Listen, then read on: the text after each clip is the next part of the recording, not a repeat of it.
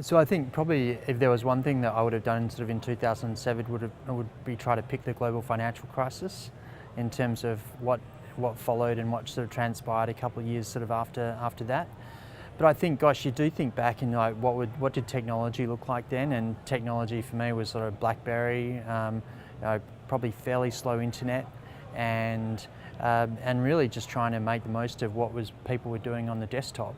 I think one of the changes that it would have been wonderful to have foreseen is like who knew that all of the things that you would be doing and playing with would be pretty much on a glass screen. I think that's pretty interesting, and being able to pick that would have been pretty amazing.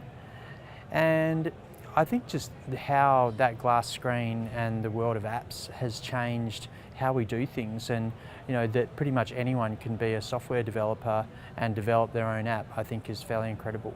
I really do think that one of the things that Airbnb will continue to look at, and I think we've started down that path, is matching. So how do we match hosts and guests, and not only from a homes perspective, but maybe from an experiences point of view, and how almost a degree of AI comes into play when you're a traveller in another city, but based on what we know about you and the decisions that you've made and your behaviours on the internet, might have an impact on the kind of experiences that we surface for you when you're in another city.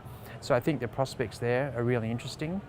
You could probably go back to the 70s or 80s and you think about the Jetsons. I think that in our lifetime, people will actually use drones for transportation, and I think that is going to be somewhat incredible. I think there'll be times when, again, in our lifetime, where driverless cars will drop you at work and then go and run errands for you, or go and pick up other people and take them other places. I think those things are really foreseeable, and I think they'll certainly play into the whole Airbnb trip experience, and of course I think they'll impact our lives in many other ways as well.